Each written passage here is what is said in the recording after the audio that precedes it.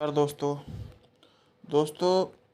कल्लू जी का एक बहुत ही अच्छा गाना लोकगीत में आया है एंगल म्यूजिक चैनल पे, जिस गाने का नाम है नैहरवा पहुँचा दा राजा जी। थंबनेल और स्क्रीन पे जो फोटो चल रहा है, इसको देख के आप जान ही गए होंगे किसका गाना है ये। इसको गाने को लिखे हैं रोशन सिंह जी ने रोशन सिंह जी ने।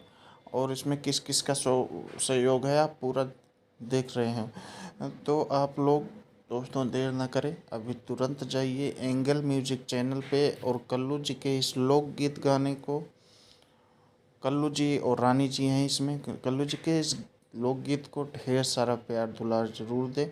चलता हूँ दोस्तों आगे की जानकारी लेने के लिए, और भोजपुरी से जुड़े रहने के लिए हमारे इस चैनल को ज़रूर सब्सक्राइब करें। वीडियो देखने के लिए धन्यवाद। जय हिंद।